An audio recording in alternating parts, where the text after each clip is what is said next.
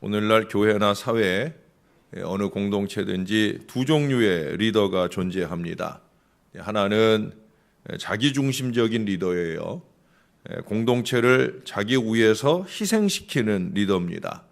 자기의 유익, 자기의 가능성을 위해서 공동체를 이용해 먹기만 하는 거지요. 15절에 느헤미야의 그 이전 총독들이 이제 그랬다는 거죠. 백성들에게서 빼앗았다. 옛날 표현으로 하면 토색이라는 표현에 어울리는 빼앗고 압제하고 그렇게 자기들의 부를 추구하는데 급급했었다라고 하는 거예요. 교회 같은 곳에서야 비록 이와 같은 부의 축적은 아니라고 할지라도 자기 만족만 추구하는 그런 경향성은 보이는 때가 많이 있습니다. 자기에게 유리하고 하기 쉬운 일에는 앞장을 서지만 그렇지 않은 일에는 슬그머니 꽁무니를 빼거나 무관심한 그런 목회자나 또는 평신도 리더들을 볼 수가 있습니다. 리더라고 하는 것은 공동체 입장에서 생각하는 거죠. 공동체를 위하는 이 큰 틀을 놓치지 않는 마음이 건강한 리더십을 갖는 마음입니다. 그러나 공동체 중심의 리더는 다르다는 거죠. 그런 점에서 언제나 공동체의 유익이 우선입니다. 내가 좀 힘들고 괴로워도 공동체에 유익되는 일이라면 기꺼이 희생하고 수고하는 거죠. 오늘 느헤미야가 그런 사람입니다. 그는 14절 하반절이나 18절 하반절에 거듭 말하기를 총독의 녹도 받지 않았다. 물론 그는 바사왕에게서 개인적으로 든든한 후원을 받고 있습니다. 또 그 이전에 바사에서 그가 충분한 부도 소유하고 있었던 사람이에요.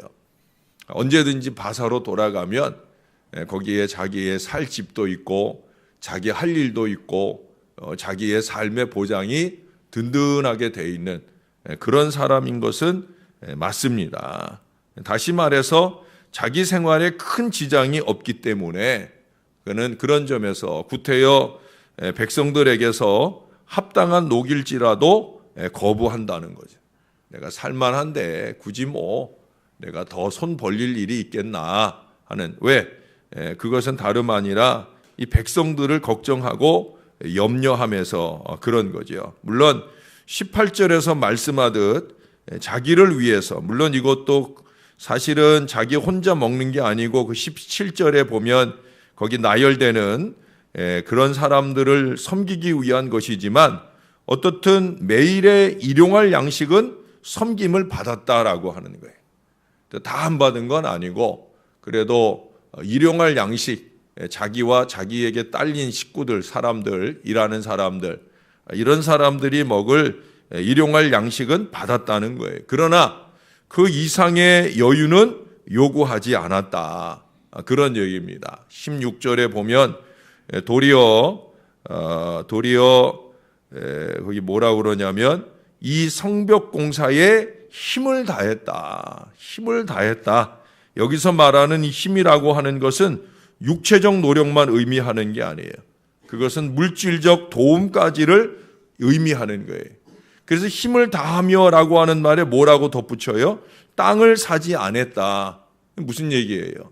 자기도 어떻든 이스라엘로 와가지고 정착을 하자면 땅도 사야 되고 집도 지어야 되고 하는데 그럴 여유가 없었다는 거예요. 조금이라도 여유로운 물질 가지고 있으면 그거 다 공동체를 위해 그렇게 희생했다 하는 그런 의미를 여기 가지고 있는 거예요. 빼가기는커녕 더했다라고 하는 거예요. 그 공동체 이스라엘의 성벽 재건 역사와 그 이후에 안정된 국가 기반이 구축되는 일을 위해서 그는 아낌없이 희생하고 자기를 내던졌다라고 하는 거예요. 저를 비롯한 크고 작은 리더로 섬기는 이들에게 큰 도전이 되는 말씀이 아닐 수 없습니다. 여러분, 리더의 기본 정신은 자기의 유익을 굳이 아니함. 바로 그거예요. 목사도 그렇고 또 교회 안에 평신도 리더들도 마찬가지. 자기 입장에서가 아니라 교회 입장에서 생각하고 일해야 되는 거예요.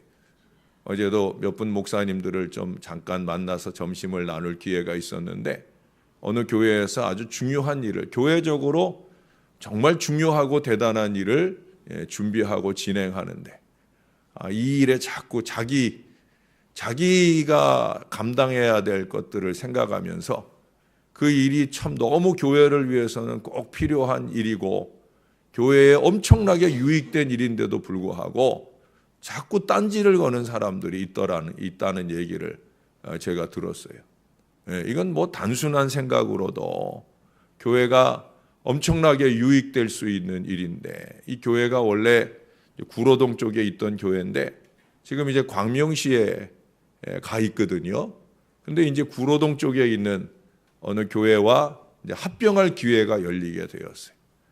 근데 이제 구로동 쪽에 있는 그 교회는 120평 대지에다가 교회 건물도 있고 해서 지금 광명시에서는 어떻든 상가를 분양받아서 교회가 있지만 플라자 건물에 교회가 있기 때문에 미래적으로는 교회가 그렇게 미래가 기대되지 않는 그런 입장이고, 여기는 이제 교회 건물을 가진 교회인데 이제 합병해가지고, 근데 이 교회 교인들은 대부분 구로동 인근 지역에 살고 있다가 교회가 어쩔 수 없는 상황에서 광명으로 옮겨가다 보니까 지금도 주일이면 100명 넘는 교인들이 주일날 왔다 갔다 하고 큰 차량으로 교인들 태워다 갔다 오고 갖고 오고 그러는데, 그런 어려운 여건을 극복할 좋은 기회도 되고, 또 그 교회가 기본적으로 이제 그 건물 가진 그 교회 건물은 사실은 땅값만 따져도, 건물 안 따지고 땅값만 따져도 몇십억인데, 근데 그저 합병의 조건이 이 구로동에 있는 교회 목회자가 이제 지방에 재개척을 하는데 물질적으로 조금 도움 주는 것, 그것만 하면은 합병이 조건이 되는 거예요.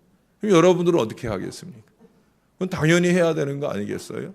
몇십억 되는 거를 그저 몇 억만 교회가 준비가 되면, 그것도 뭐 준비되는 게 어려운 게 아니거든요. 그 교회 상가 건물 그 분양받고 있는 그 부분을 어느 정도 정리하면 그 부분을 해결하는데 큰 어려움 없어요. 물론 리모델링 하는데 조금 물질이 투여되고 하는 부분이 있는데, 이제 그 부분 조금 투여되는 부분에 있어서 내가 헌금해야 될 부분을 생각하는 거예요. 교회를 생각하는 게 아니라는 거죠. 자기의 유익을 굳이 아니함, 이 기준을 놓치면 안 돼요. 목회자도 그렇고 평신도 리더들도 마찬가지예요. 여러분, 흔히들 독재자를 가리켜 호랑이에 올라탄 사람의 비유를 합니다. 이 독재자의 고민은 뭐겠어요? 호랑이 등에서 내려올 수 없다는 게 고민이에요. 한번 그 어리석은 등에 올라타 버리면 거기서 내려올 수가 없다는 거예요. 근데 문제는 그 호랑이가 차차 배고파지는 데 있다는 거예요. 이게 무슨 얘기예요? 결국은 그 호랑이가 자기 배고픔을 채우기 위해서 이 독재자를 잠식하는 순간이 있다는 거죠. 결국 이 어리석은 리더는 그 알 수 없는 만족과 유익을 채워주다가 결국은 스스로 멸망하게 되는 것이 모든 독재자들의 미래라는 거예요. 여러분, 느헤미야는 우리가 자기의 유익을 굳이 아니하는 정상적인 리더가 되기 위해서 필요한 이 신앙 덕목을 오늘 두 가지를 제시합니다. 첫째로 15절에 하반절에 보니까 나는 하나님을 경외함으로 이같이 행하지 아니했다. 나는 하나님을 경외함, 하나님을 두려워함, 이 기준 때문에 나는 이전 총독같이 할 수가 없다는 거예요. 우리가 어제도 한번 이 하나님을 경외함이라는 주제를 우리가 9절에서 확인했었는데 오늘 또다시 한번 이 주제를 우리에게 보여줍니다. 어제는 그 중간 계층의 리더들이 이 의식으로 행하지 않아서 문제였다는 걸 우리가 함께 상고했었죠. 그런데 그렇게 남들도 다 하는 그 토색하는 뇌물이나 촌지나 불법에 붙들리지 않는 그 비결은 바로 이 여호와를 경외함, 하나님을 두려워하는 이 확고한 신앙에 근거한다는 거예요.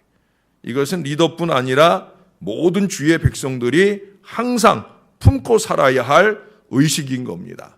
여러분, 이것을 가능하게 하는 것이 뭐냐? 거기 19절이에요. 19절. 19절을 우리 한 번만 좀 다시 읽어볼까요? 시작. 내 하나님이여, 내가 이 백성을 위하여 행한 모든 일을 기억하사 내게 은혜를 베푸시옵소서. 제가 전에 느헤미야에게 이 기억이라고 하는 단어가 중요하다고 그랬어요. 마지막 이 느헤미야서의 마지막 구절에도 이 표현이 나와요.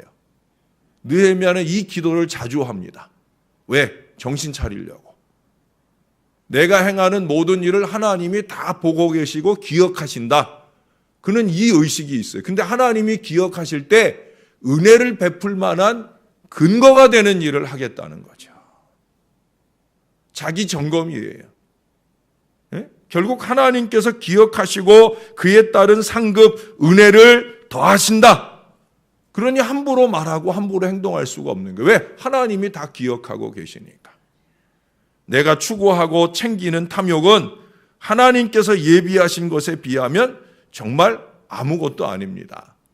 무엇보다 내가 챙긴 그것은 쉽게 사라지지만 하나님이 주시는 상급은 영원한 거예요. 저나 여러분이 왜 하나님을 열심히 믿고 영원한 천국을 바라보고 살아요? 그것은 영원한 천국에서 받을 상급이 이 땅의 것보다 크기 때문에. 이 땅에 가진 보잘것없는 건 아낌없이 헌신해요. 그걸 땀이든지 눈물이든지 물질이든지. 왜 그러셔요?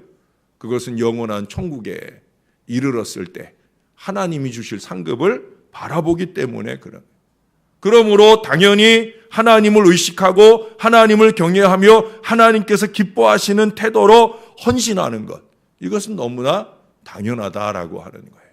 느헤미야의 그 마음이 있고 저나 여러분도 그런 마음이어야 되는 거예요. 오래전에 우리 형님이 제가 목사가 되고 뒤이어서 우리 동생이 목사가 되고 그때 우리 형님이 그런 얘기를 한 적이 있어요. 자기는 돈을 많이 벌고 싶은 소원이 있다는 거예요. 형님 뭘 그렇게 돈을 많이 벌려고 그러셔요? 그랬더니 우리 형님이 하는 얘기가 니들의 노후를 내가 책임져 주고 싶다. 예? 니들의 노후를 내가 책임져 주고 싶다. 근데 그게 한 20여 년 전 일인데 지금 잊어버린 것 같아. 왜 노후를 책임져 주려고 하느냐? 은퇴하고 나서 추해지지 않게. 예? 건강한 목사로 너희들이 목회를 하는데 은퇴하고 나서도 너희가 추해지지 않도록 너희들의 노후를 내가 책임져 주고 싶다.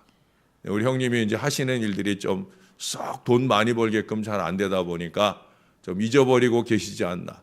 받을 사람은 기억하고 있거든요. 예? 그렇다고 제가 형님 옛날에 그 얘기했는데 왜 안 지켜요? 이러고 따질 수는 없잖아요. 그거는 뭐 주면 고맙고 안 주면 할 수 없는 일이니까. 그러나 제가 그 시기에 그 얘기를 들을 때 참 감사했어요.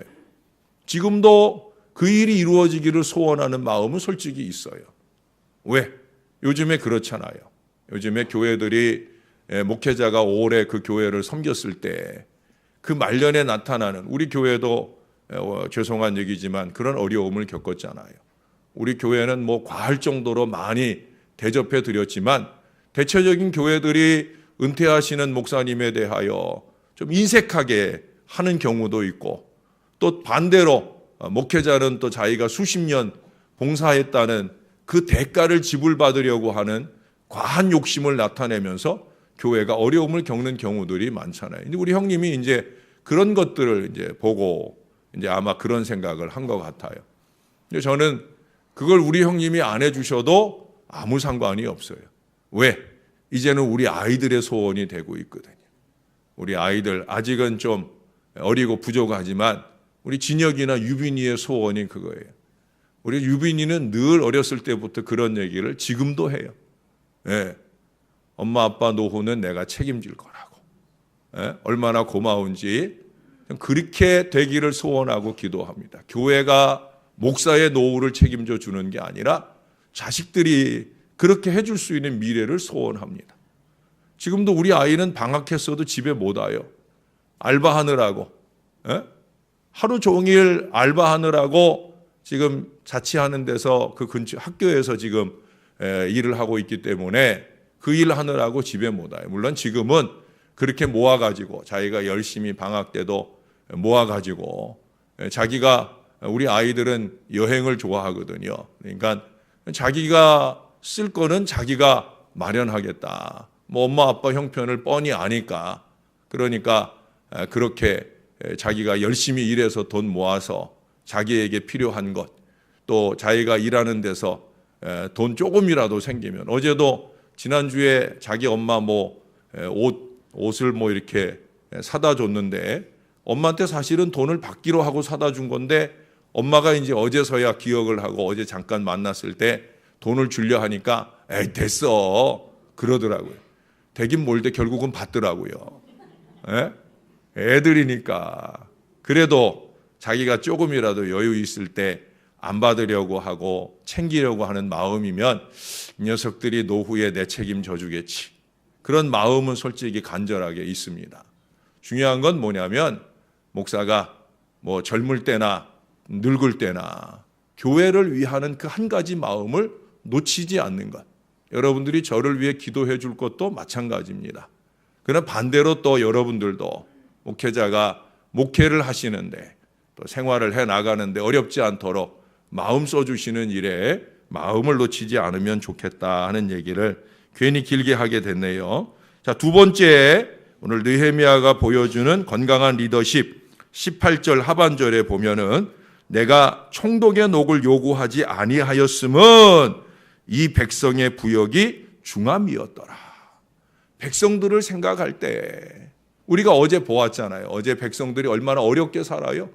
너무 어렵다 보니까 돈 좀 있다고 하는 리더들에게 빚을 냈다가 자기 자식을 종으로 줘야 되고 자기 가졌던 밭이나 포도원 다 뺏겨야 되고 백성들이 그렇게 어려운 가운데 애를 쓰니까 그거 볼 때 자기가 마음이 안타까워서 그래서 그랬다는 거예요. 결국 뭐예요? 항상 상대방 입장을 생각하게 되었다는 거죠. 가끔 리더가 내 형편이나 내 상황에만 맞춰서 일을 진행하려는 경우를 보게 되어집니다. 공동체의 상황이나 또 상황은 전혀 아랑곳 않고 자기가 기준이 되는 경우가 많이 있다는 거예요. 이건 아니라는 거죠.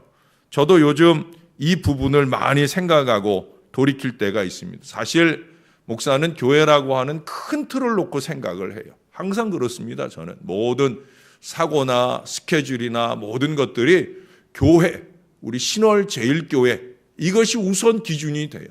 근데 이것을 큰 틀로 놓고 생각하다 보니까 소소한 것들을 놓칠 때가 있어요. 예, 제가 여러분 개인에게 행하는 가끔가다 일으킬 수 있는 실수들은 그런 때 생기는 경우들이 많이 있어요. 큰 틀로 보고 교회를 큰 틀로 보고 바라보다 보니까 제가 그런 얘기를 하잖아요.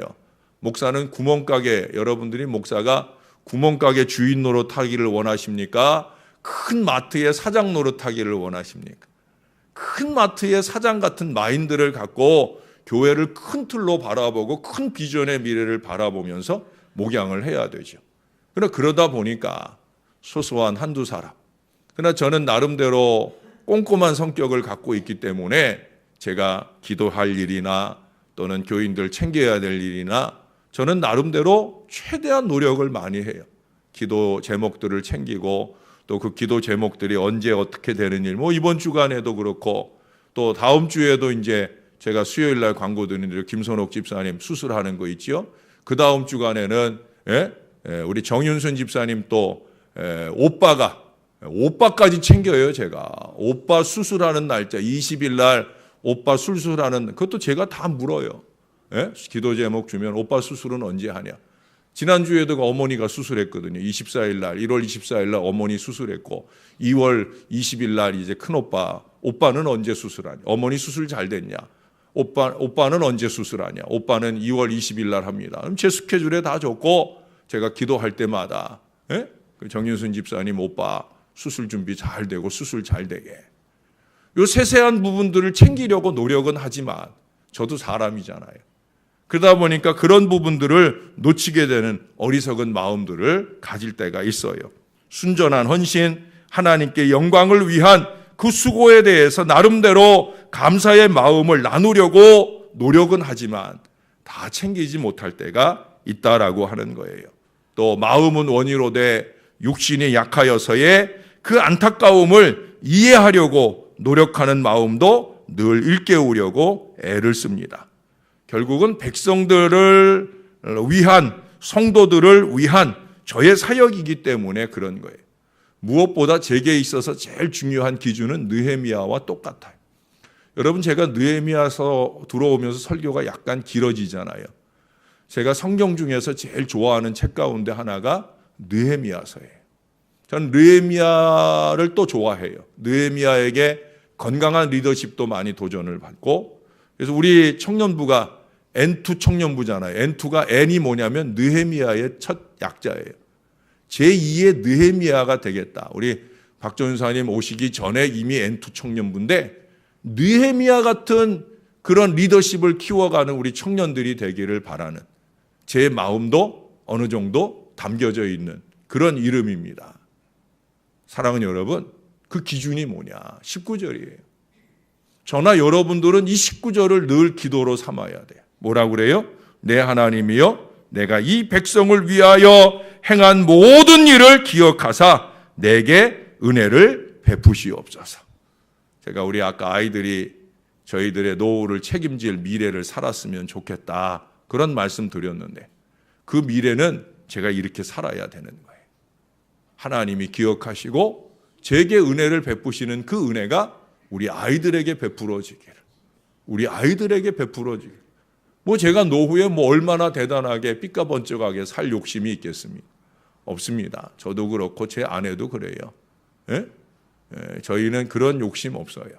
그러나 우리 아이들을 통해서 노후를 교회에 힘 빌리지 않고 편안하게 살기를 바라는 마음은 있습니다. 그러려면 어떻게 해야 되느냐? 하나님이 기억하실 만한 나의 목회적 마인드를 놓치지 말자.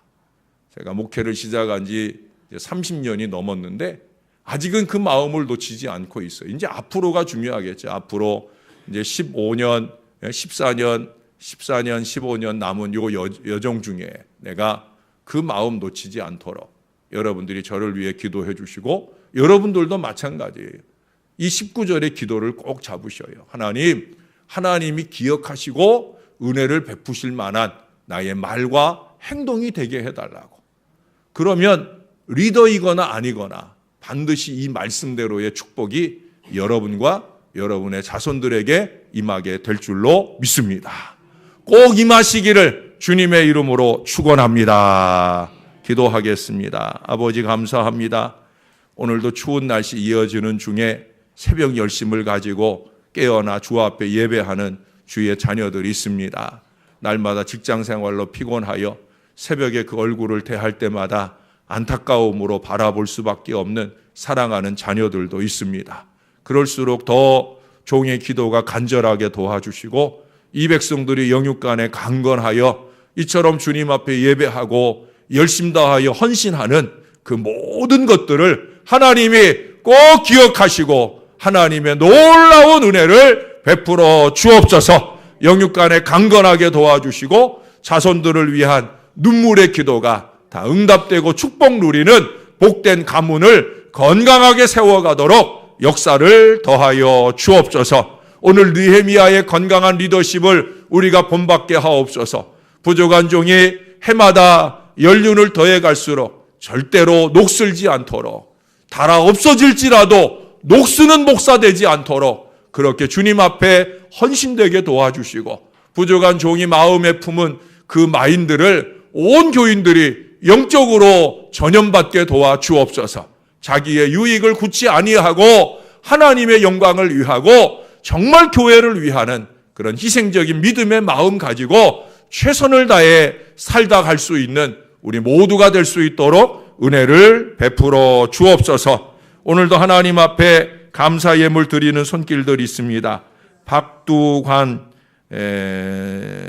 집사님이신지 하나님 앞에 감사 예물 드리고, 우리 김동희 권사님도 감사 예물과 11조 예물을 올려드립니다. 기쁨으로 연락하여 주옵소서. 간절하게 소원하는 기도에 응답을 주옵소서. 놀라운 축복이 임하는 기도 인생이 되게 하시고, 특별히 하나님께서 그 마음에 하나님 원하는 건강한 믿음의 마음을 주시고 그 마음대로 행할 때 영광을 이루는 믿음의 삶이 되도록 축복해 주옵소서. 새벽 열심을 이어가는데 피곤하거나 지치지 않도록 주님께서 강력한 은총과 능력으로 함께하여 주옵소서. 모든 영광 주님께 올려드립니다. 감사합니다. 예수님 이름으로 기도합니다. 아멘.